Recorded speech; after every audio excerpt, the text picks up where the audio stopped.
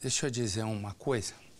Vou mostrar a imagem e a imagem vai traduzir, a partir de uma região, o que eu e você vivemos, né, pelo Brasil afora, que é um caos na saúde pública.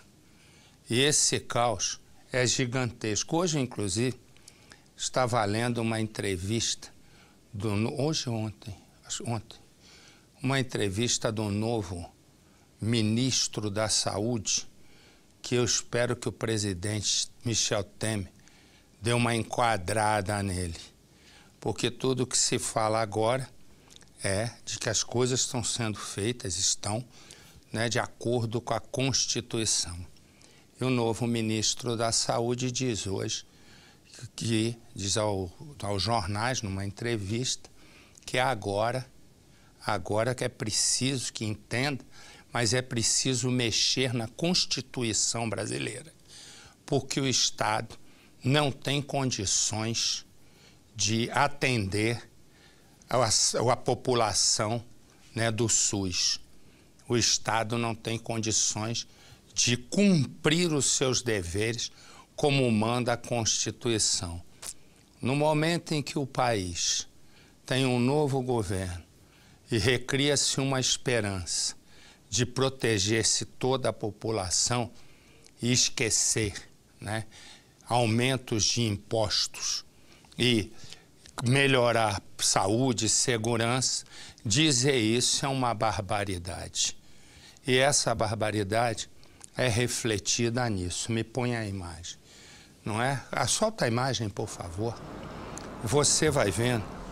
Esse é um hospital público, é um caos no maior hospital público, né, do estado do Tocantins. As 6 ambulâncias estão paradas. Você me perguntaria, o motor não funciona? Não, não tem maca dentro da ambulância, só se jogar no chão. Os pacientes vão chegando e são jogados no meio do corredor. E aí pegaram as macas da ambulância para socorrer, né, o hospital. Então a ambulância não pode pegar as pessoas porque a maca está com outros pacientes. Há 10 horas que a população não tem atendimento. E os corredores são assim. Põe no Cidade. A angústia do seu João Francisco já completa 72 horas, desde que a filha e a neta de 2 anos de idade foram trazidas para o maior hospital público do Tocantins. As duas sofreram um acidente no fim de semana em Paraíso, cidade que fica a 75 quilômetros da capital. O carro onde elas estavam ficou completamente destruído. Mãe e filha continuam internadas na sala de emergência do Hospital Geral de Palmas. O caso mais grave é o da menina, que precisa ser transferida para a UTI pediátrica. O medo que eu tenho agora é de eu perder minha neta. Ela vinha a óbitos e a qualquer momento por causa de uma vaga na UTI. E muita gente ansiosa por uma vaga. Daniel tem acompanhado o cunhado que chegou até o hospital com uma fratura no pé. Até agora ele continua no corredor esperando atendimento. Ele não tem marca, né? Ele está com o pé muito ruim, não pode ficar com o pé no chão, né? E não tinha nenhum apoio. Eu até corri atrás de um apoio, mas não consegui também, né? E os problemas não são apenas dentro da unidade. As 6 ambulâncias do SAMU ficaram pela manhã paradas no estacionamento do hospital. Os veículos chegaram ainda na noite anterior.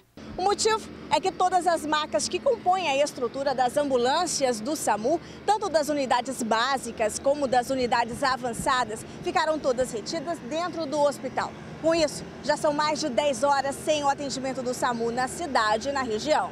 O acompanhante de um paciente gravou com o celular a situação dentro do hospital. Pacientes esperam atendimento em macas e cadeiras no corredor. Nessas fotos, as marcas das ambulâncias do SAMU servem como leito para pacientes no pronto-socorro do hospital. Todas as nossas marcas estão retidas no interior do HGP, com os pacientes que nós trouxemos até a unidade. O hospital está sem maca, está lotado, corredor cheio, não tem maca do hospital para que passe os pacientes que chegam nas ambulâncias. Por dia, em média, o SAMU realiza 200 atendimentos. Mas agora os doentes que precisam de socorro e transporte não têm como chegar ao hospital. Um problema grande para a população que ela nesse momento está desassistida. pela falta de macas. Por mais que a gente consiga algumas macas, mas a gente sai e quando a gente volta com o paciente, elas permanecem e de novo nós vamos ter isso constantemente. Cansados de esperar, as equipes foram até a frente da Secretaria Estadual de Saúde cobrar uma solução para o problema. Os pacientes não sabem para quem pedir ajuda. Um descaso, sem saber o que a gente faz, onde recorrer, o que fazer numa situação dessa, é só Deus. Um descaso absoluto. E eu vou dar uma sugestão, né? Talvez tenha a solução. Não é possível que um congresso num país como o nosso custe 9 bilhões de reais por ano. Nós temos 513 deputados e 81 senadores. Não é possível que para manter essa engrenagem, né, precisam ser gastos 9 bilhões de reais. Então, se reduzisse, assim como o presidente interino Michel Temer quer reduzir uma série de cargos de confiança, no que faz muito bem, né, o Congresso Nacional podia dar um exemplo e cortar, pelo menos, a despesa deles para 3 bilhões. Liberar os apadrinhados, liberar aqueles que não aparecem no Congresso, liberar parentes, porque um contrata o parente de outro, que contrata o parente de outro, e talvez nós começássemos a ter uma visão de moralidade em relação à política. Enquanto um Congresso custar 9 bilhões, não há um de nós que vai poder respeitar aquelas pessoas, né? Por mais autoridade que elas possam ter. 9 bilhões é muito dinheiro.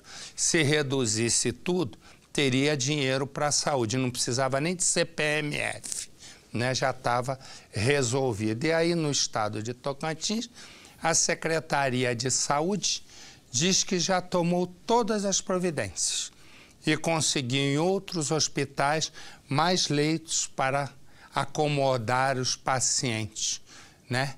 E, na medida que isso for ocorrendo, diz a Secretaria, as macas vão sendo liberadas pelas ambulâncias, né, para as ambulâncias do SAMU. Enfim, senta um assessor de imprensa lá, que eu também nunca vi um país para ter tanto assessor de imprensa, escreve uma nota e taca-lhe pau. E aí não acontece nada. Me dá a imagem, por favor.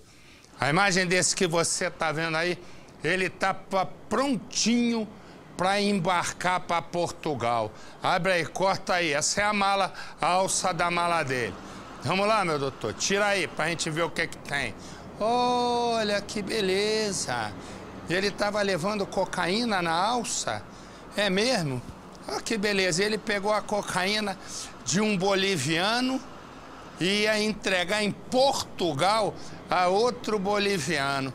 Olha lá, põe no Cidade. Quem olha para a mala desse jeito nem imagina o que tinha dentro dela. A Polícia Federal encontrou na estrutura da alça 52 tabletes de cocaína, que pesam 1,4 kg. A mala estava com o pintor Tiago Vargas Braga, de 31 anos. O suspeito é baiano, mas mora em São Paulo. Ele teria vindo ao Recife para pegar a droga e embarcaria com ela para Portugal. Para isso, iria receber 5 mil euros, o equivalente a 20 mil reais. Na Europa, a encomenda seria entregue a um boliviano. Foi contactado por esse boliviano, mas ele veio para Recife, aqui se hospedou numa pousada, recebeu a visita desse boliviano, que já entregou para ele essas 2 malas prontas. Tiago Braga já tinha sido preso antes por receptação de produto roubado e por não pagar pensão alimentícia. Agora ele foi encaminhado ao Cotel por tráfico internacional de drogas. A pena é de até 15 anos de prisão.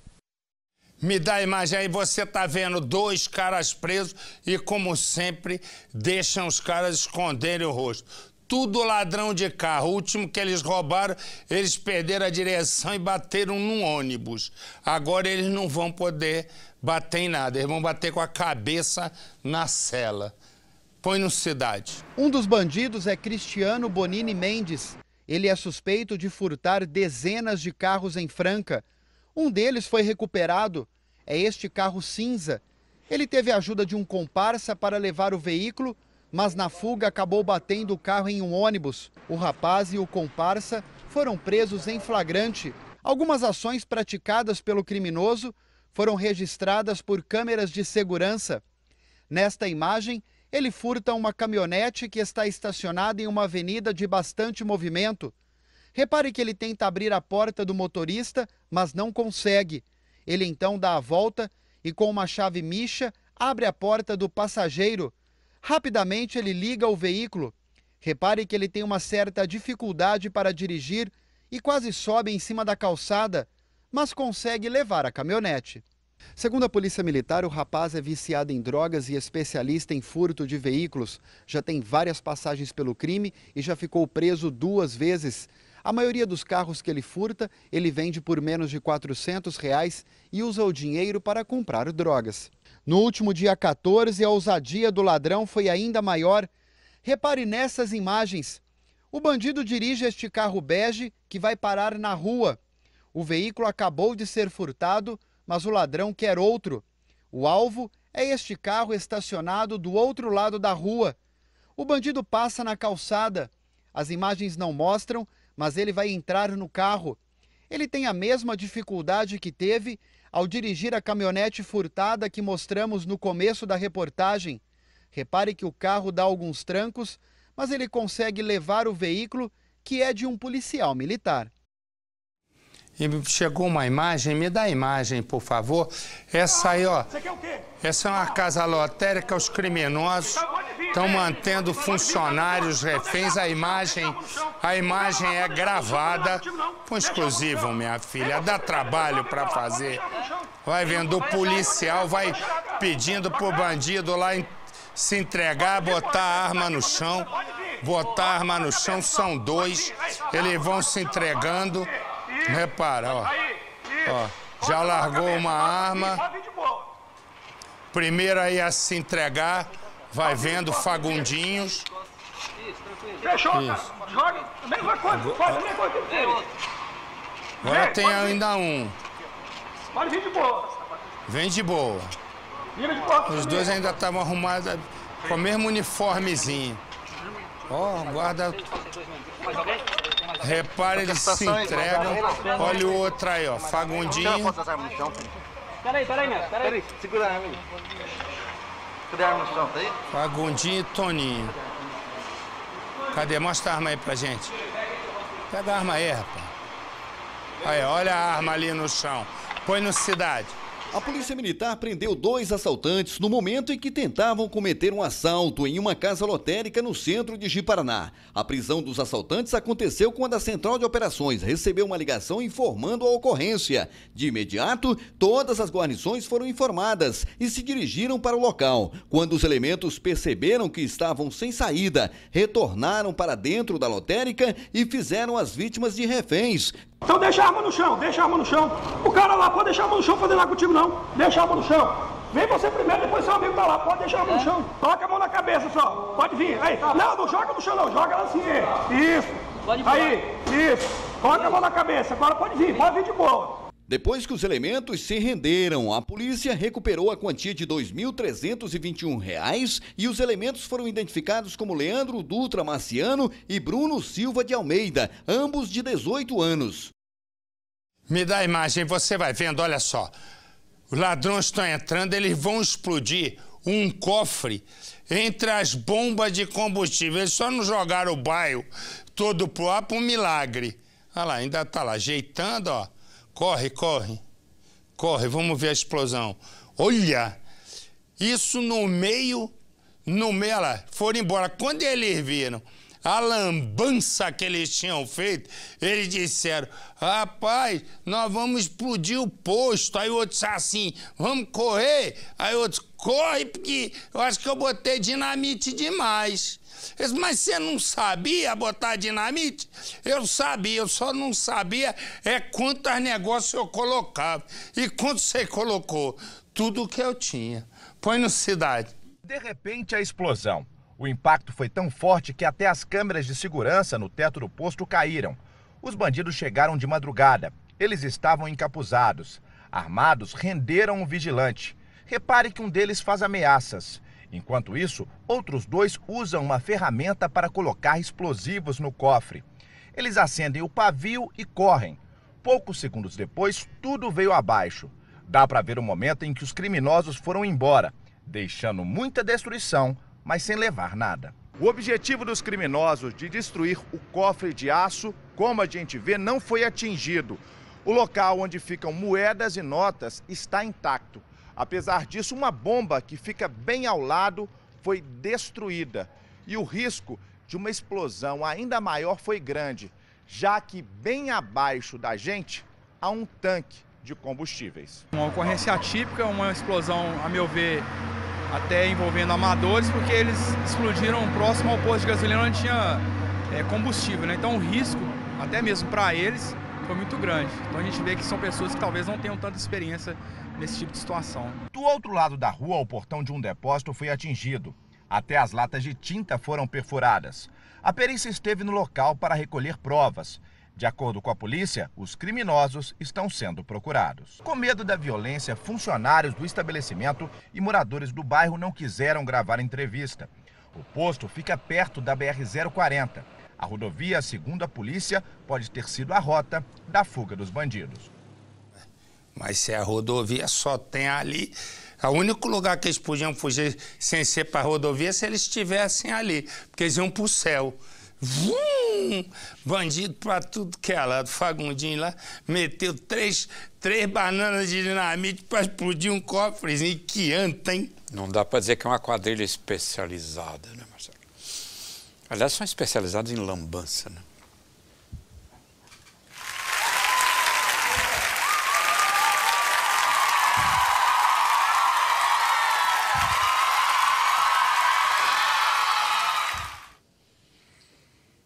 Você não gostou? Eu já achei ontem. Pensa no seguinte, me dá a imagem do rapaz, vai, faz favor. A imagem, não, do rapaz, meu amigo, isso aí é uma caixa registradora. Tem uma diferença, conta aqui pra mim. Isso aqui, deixa eu contar lá pro moço lá em cima. Isso aqui é um rapaz. Me dá outra imagem que tava lá. A outra que tava lá. Dá outra. Não quer dar? Não, olha lá, porque ele não sabe, ele não quer dar, ó. E o que ele não quer dar? Que eu não fazer. Vem com essa câmera aqui. Aqui, ó. Botar aqui, fechar aqui. Pode. Aqui, ó. Isso aqui, meu filho, é um computador. É a diferença entre um rapaz e um... Tinha uns caras que devem ser procurados de polícia. Quando eu corri pra ali, foi uma correria, nego se escondeu. Tem gente procurada pela polícia aqui. Pensa o seguinte, agora vamos falar sério. Esse rapaz aqui, Juliano, casado, pai de uma menina, ele foi, fez o exército, depois... passou num teste e ele vai trabalhar na Brigada Militar. Por enquanto ele espera a vaga, ele faz um bico de segurança. O bandido entra na farmácia. Mostra a imagem, por favor, Edu. O bandido entra na farmácia. Repara, ali está o caixa, entrou o bandido. Rendeu. Juliano vai e sai pra briga com o bandido. Juliano está desarmado, é a hora que o bandido saca de uma arma e acaba com a vida de Juliano, que tinha planejado, já ia entrar na Brigada Militar. Põe no Cidade. Luiz Paulo serviu durante 8 anos na Polícia do Exército. Era do mesmo pelotão de Juliano. Ele define o soldado Wolf, como era chamado, como um homem tranquilo e cauteloso. Ele era um sujeito muito tranquilo mesmo, apesar de ser bem alto, assim, bem bruto, ele era tranquilo, não reagia por impulso. Se perguntar para todo o batalhão, todo mundo ia dizer que ele era um sujeito batalhador, guerreiro, não tinha outra definição, né? O serviço dos militares temporários terminou em fevereiro deste ano. Os dois saíram do quartel e mantiveram contato. Juliano prestou concurso para a Brigada Militar e passou, aguardava ser nomeado. Mas enquanto não era chamado, precisava trabalhar como segurança para sustentar a família. Foi no trabalho que Juliano Rafael Wulff, de 28 anos, perdeu a vida. As imagens das câmeras de segurança mostram o assalto à farmácia em que Juliano era o segurança. Ele não estava armado e aproveitou uma distração do bandido para tentar rendê-lo. O homem sai da loja e volta para matar Juliano. E foi justamente a reação do amigo que deixou Luiz Paulo perplexo. Quando eu vi o vídeo, eu fiquei até assustado pela reação dele, né? Não sei o que passou na cabeça dele naquela hora. Então eu revejo de novo o vídeo e não entendo por que ele agiu daquela forma. De acordo com Luiz Paulo, Juliano estava finalizando a compra da casa própria em Viamão, na região metropolitana. A prioridade do rapaz era ter uma vida tranquila ao lado da esposa e trabalhar muito pensando no futuro da filhinha, de apenas 4 anos. A gente já está acostumado a ver diariamente acontecer aqui e ali, assim. Mas quando afeta, assim, quando atinge o nosso lado, quem está do nosso lado, assim, é bem mais pesado. Domingo eu olhava pro meu filho brincando aqui, eu não conseguia pensar em outra coisa, em qual seria a desculpa, qual a história que a mulher dele inventaria para falar para a filhinha dela, porque eu não...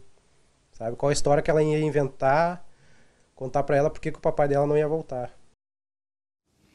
E eu vou direto a Porto Alegre conversar com a minha doçura, que é a nossa Lisandro Gato. E a Lisandro sabe, né, mais informações, tem mais informações sobre tudo o que aconteceu lá. Diga lá, meu anjo, por favor. Olá, boa noite a todos. Olha, Marcelo, por enquanto, a polícia ainda não tem suspeitos desse crime e busca, então, por mais imagens de câmeras de segurança da região para tentar ajudar, né, na identificação. O que se sabe ao certo é que, além desses 2 homens, os 2 assaltantes que aparecem nas imagens aí que a gente viu, uma terceira pessoa, no mínimo, também participou desse ataque, já que essa pessoa estaria dentro de um carro esperando pelos comparsas, então, a 2 quadras dessa farmácia, 2 quadras de distância dessa farmácia. A polícia também já realizou uma perícia, né, no carro que foi roubado de uma das clientes do estabelecimento e agora o delegado aguarda aí pelos resultados, Marcelo. Legal, obrigado, meu amor. Fica com Deus. Tá muito frio aí? Tá bem frio. Quantos graus Tô tá até fazendo? arrependida, devia ter botado uma luva também. Tá quantos graus? Eu acho que tá uns 12 graus. Nossa, tá gelado. E agora já tá de noite, então tá bem frio, tem muito vento hoje. Vento e umidade, nossa. Então vai se proteger, vai, para não gripar. Fica com Deus, um beijo. Tá tchau. Certo. Pensa no seguinte, aqui ó, bota ali ó. Descanse em paz, Muquinha.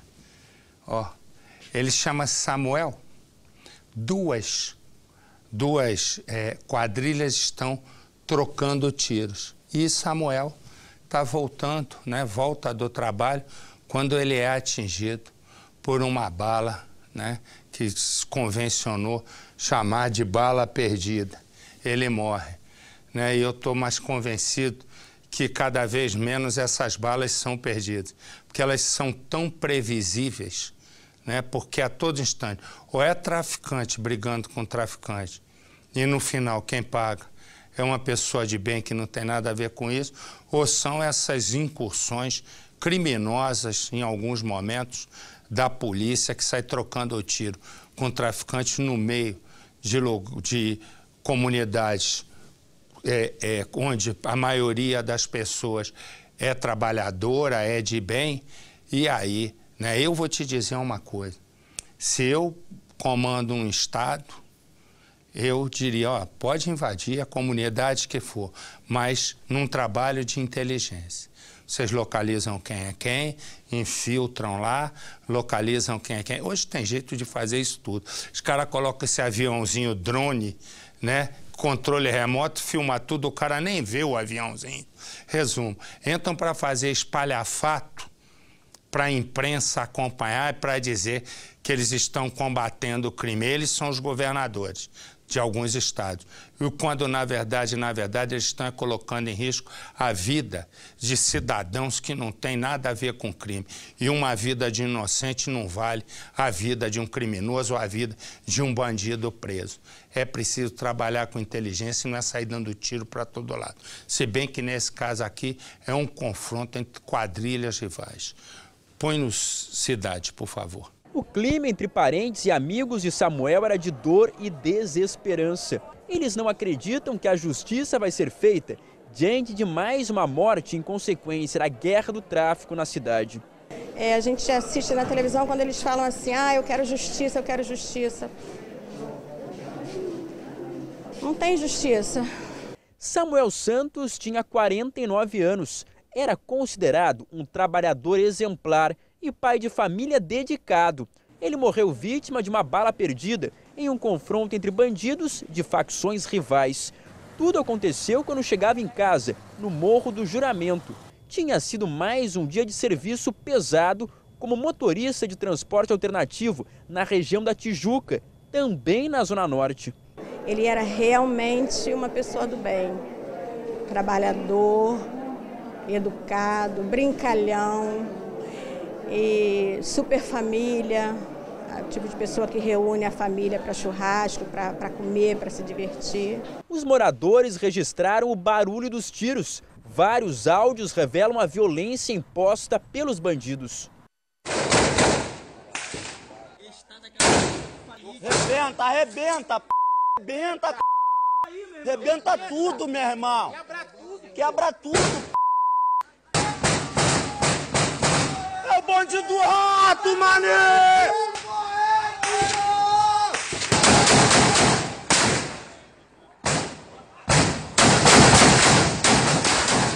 Granada, taca a granada, mané!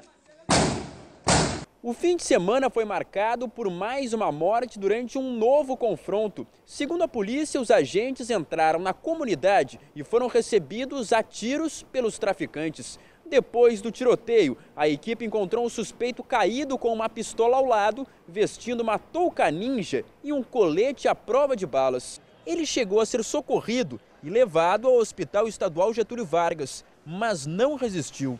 O policiamento está reforçado na área. A sensação de medo também.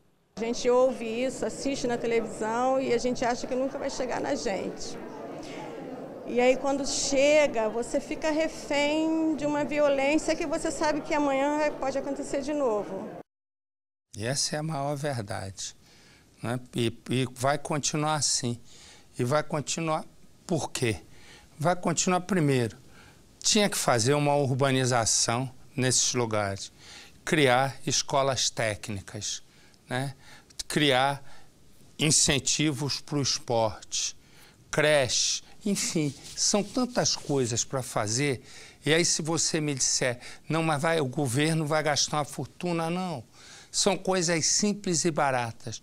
Não fazem porque não querem uns e porque os outros são completamente incompetentes.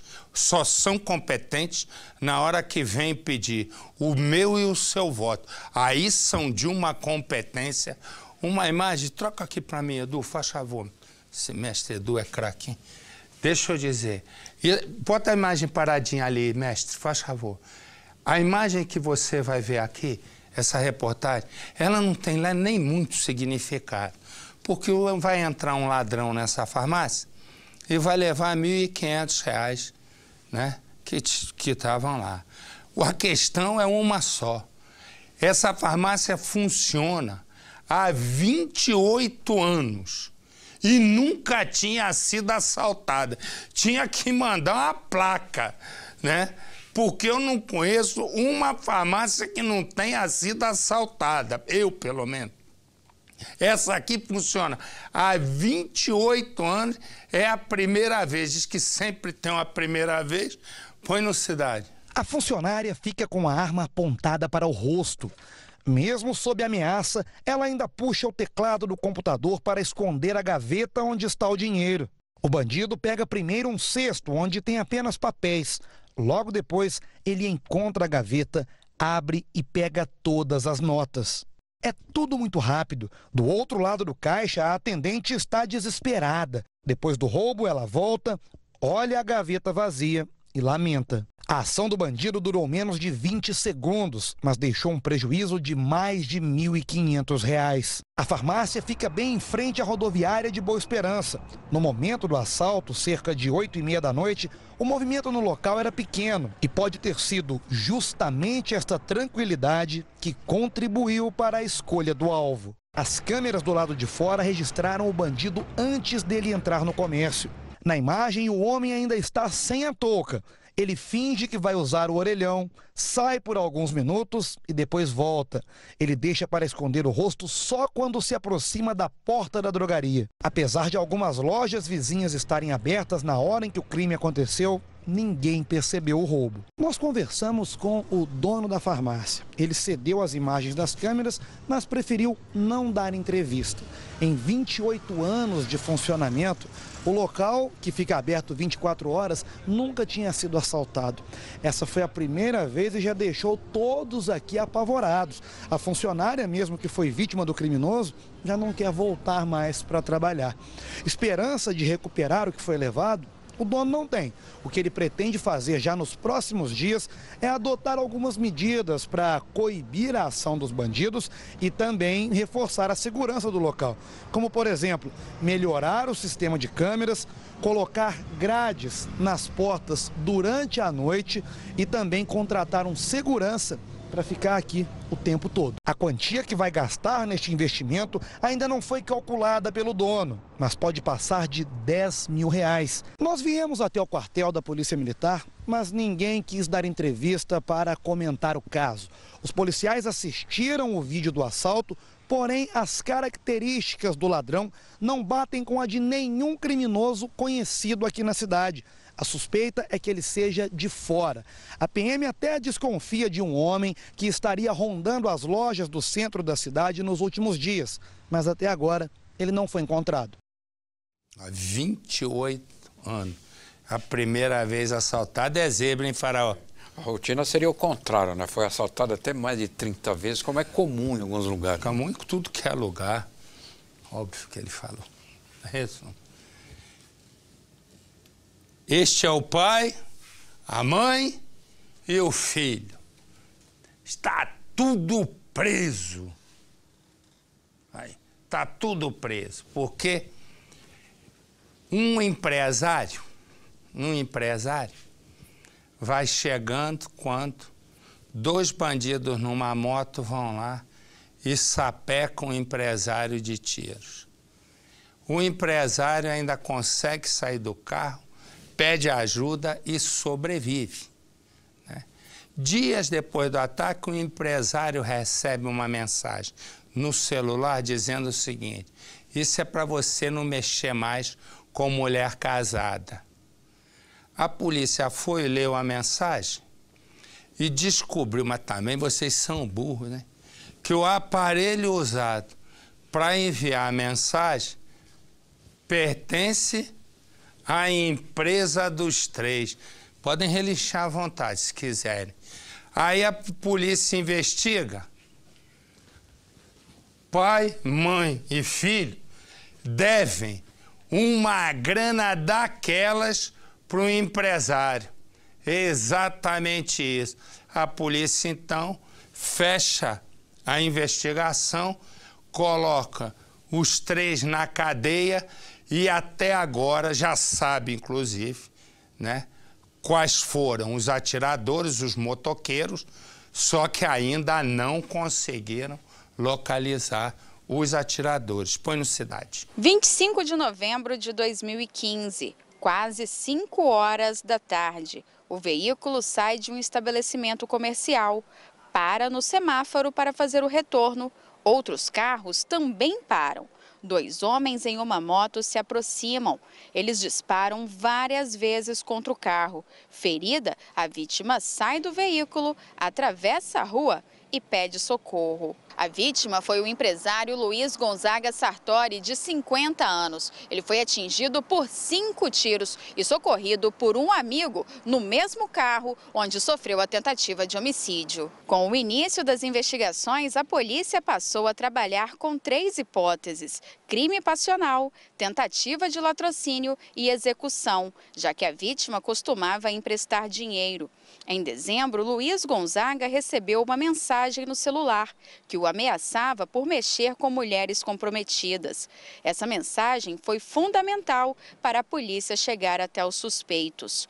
Pai, mãe e filho de uma família classe média. A advogada Josete Fonseca Lisboa, de 57 anos, o empresário José Lisboa, de 65, e o bacharel em Direito Cádimo José Lisboa, de 27. Eles foram presos pela Delegacia de Crimes contra a Vida de Cariacica no dia 3 de maio. Para a polícia, os 3 são os mandantes do crime e teriam enviado a mensagem para a vítima para confundir as investigações. A gente solicitou uma medida de quebra de sigilo telefônico do número que mandou a mensagem e descobrimos que esse número foi cadastrado através de uma linha pertencente à empresa das pessoas que foram presas e que, coincidentemente, deviam uma grande quantia em dinheiro para a vítima. Pai, mãe e filho continuam presos. Com a divulgação das imagens, a polícia conta com a ajuda da população para prender a dupla que atirou contra o empresário.